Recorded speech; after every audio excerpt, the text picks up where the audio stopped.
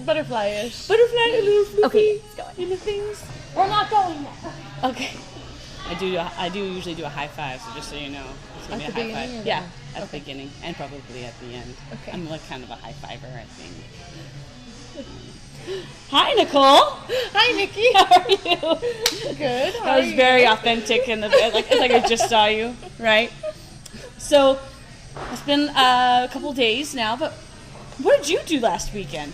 Last weekend, I ran the Las Vegas Rock and Roll Full Marathon. Full marathon. So how long is a full marathon? It is 26.2 miles. Awesome. So in Las Vegas? In Las Vegas. Where in Las Vegas? It was down the Las Vegas Boulevard and back, and then out to like Fremont Street and out by these pavilion buildings. I don't even really know where. But So you way saw out. a lot of lights. Yes. So was it during the daytime or when was It it? was at 4:30 p.m. and I ran until 9:30 p.m. That's awesome. So So how are you feeling? I'm feeling really good. Cool. I'm more sore because of the thrusters yesterday than I am from running 26 miles, so So that's a good thing. So you came back to CrossFit. How many days did you take off? I came back, so I ran on Sunday. I took off Monday and Tuesday because I was still in Vegas, and then I came to CrossFit on Wednesday. Pretty legit. And we did bench press, so it was easy on my legs that day. It was definitely more of an arm day. Yeah. Yeah, for sure. So how is the recovery feeling? Legs, arms, what body? Like you said, thrusters. Yeah, my knees were pretty sore and my hips were pretty sore. And my calf muscles, I felt like they were going to cramp almost the entire race. But on, what did I say? Wednesday, like I felt really good. I rolled awesome. out my hips and they felt better. They're still a little sore, but not too bad at all. Awesome. So what made you choose this goal? it's kind of funny because when I was younger, I hated running. And like I didn't want to do track in high school or middle school, and I never liked running. And then when I got to college, that was like, oh, I have to go work out. I'm going to go run on a treadmill because that was really all the gym had. Right. So I just started running, and my friend and I started doing all these like fun runs, and we did Bloomsday. And so I decided half marathon was kind of cool. And then I did a couple of those, and so I was like, well, the next thing is just a marathon, so I'm going to do that. And I wanted to do it before I was 30 because I felt like that's a big milestone in my life. So for some reason, one day I said that and decided that it needed to be a thing. That's awesome. So tell me a little bit about the training plan and what it looked like for you.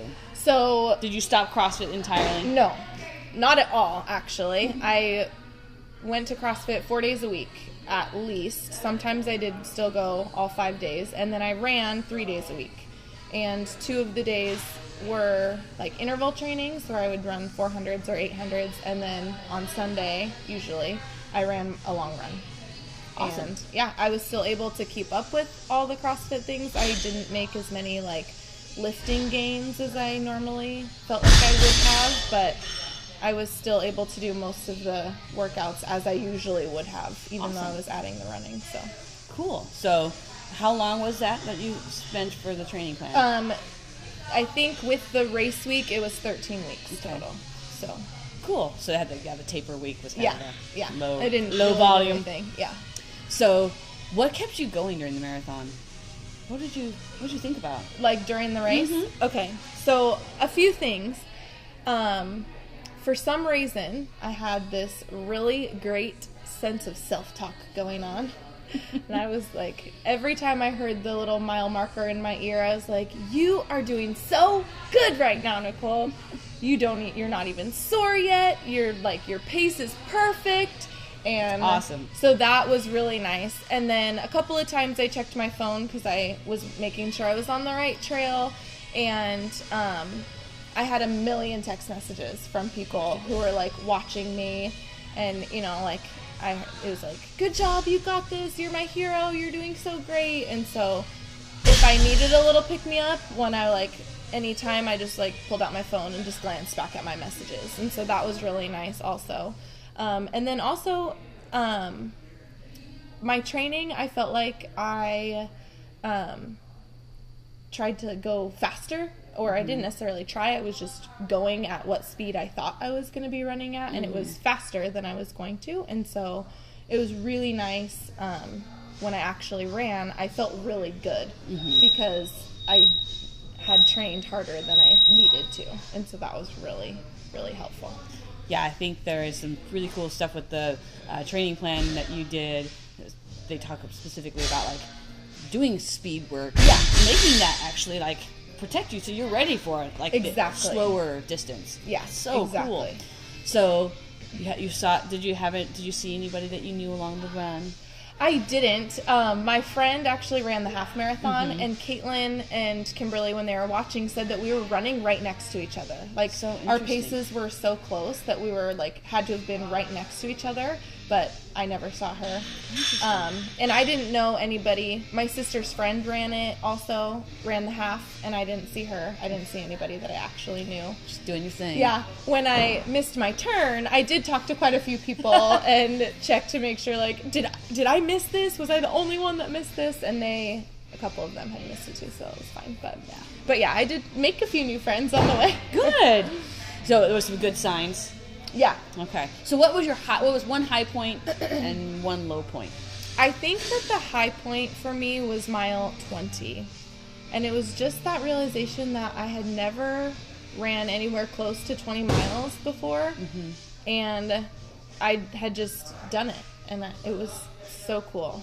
And then right before the finish line, all my little group, my cheer crew, was standing on the side, and when I ran by them and I was like at the finish line, that was the coolest thing. They were like screaming my name and clapping, and I like ran over and gave them all high fives, and I was just like in tears because I was just so excited that I had done it, and they were all there to support me and be there with me, so it was really cool. So cool when you have such a good support team. Yeah, it makes a huge difference. Totally. So what was one like kind of low? Was there a low point at all? Really? Not really. When I found out that I got cut off, and I didn't think I was going to get to run like 2 of the miles in the race, I was like frustrated because I didn't want to go up and try and run and not actually get to run the full thing. And so when I called you, and I was a little upset, like, what do I do? And then I talked to one of the guys, and he said, helped me fit in those 2. So I was just a little stressed out in the middle for a few minutes, but really, overall, I would not even consider it that low of a point. That doesn't sound like a low point at all. Like, I mean, when I talked to you and you were like, you sound so great, and I was like, yeah, I feel great. Let's go. Endorphins are awesome. I'm going to sprint this last one. Yes. Good. I have so much adrenaline right now. So would you recommend doing a plan like that? Yes. And I actually already have. Oh. So on the flight home, my sister follows this fellow teacher CrossFitter, and she posted that she was running a marathon, and so she tagged me in it, and I messaged her, and she was like, I'm just missing CrossFit. I've been running so much. And I was like, here's my plan. I didn't miss CrossFit at all because I still did it 4 times a week, and I loved it. And she's like, oh, thank you. That's I'm awesome. so excited. So It's really cool. And it's so fun that now I can talk to her about her training. If she has questions or whatever, I can kind of help in whatever way I could. Yeah, there's some really cool statistics that like 90% of the world will never run a marathon. And you're in that upper 10% that's done it. Isn't that cool? Yeah. So Runner's World is like my favorite like sidebar thing that I read, but yeah. So tell me a little bit, like, what is your next goal going to be? What is the thing you want to look towards next? I honestly have no idea yet. I don't think. I think I'm just still riding the high of the finishing this, that I'm just going to stay here for a while. Okay. You stay there and keep inspiring all of us to keep tracing our dreams and our goals. I think the fact that you consistently did something that people will turn to do their first something. I mean, I'm looking forward to it, totally. I feel very inspired myself by that, and I love the fact that I can inspire others to do things, and I know that, like, I was telling my students about it, and I was like, this is what we do in school. We set a goal, we make a plan, and then we carry it out, and that's exactly what I did, and so I'm really excited to, like, share my story with lots of people because it's so exciting. It is so freaking cool. And I want other people to feel the same way I feel right now because I feel just so good. That is awesome.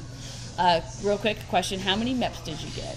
I got like 1,200 MEPs during that race. So, you know, if anyone wants to know how to win a MEP challenge, 5 hours in the yellow will get you there. Get you there. I saw just like this line. You're like, all right, there it is. Yes. I love that you took a picture of it and posted that on your thing. That was awesome. Yeah, totally. Well, thank you so much for taking time, and we'll look forward to hearing more about what ends up coming out of this from you, Fran. Thank you. Nice work. I don't know how.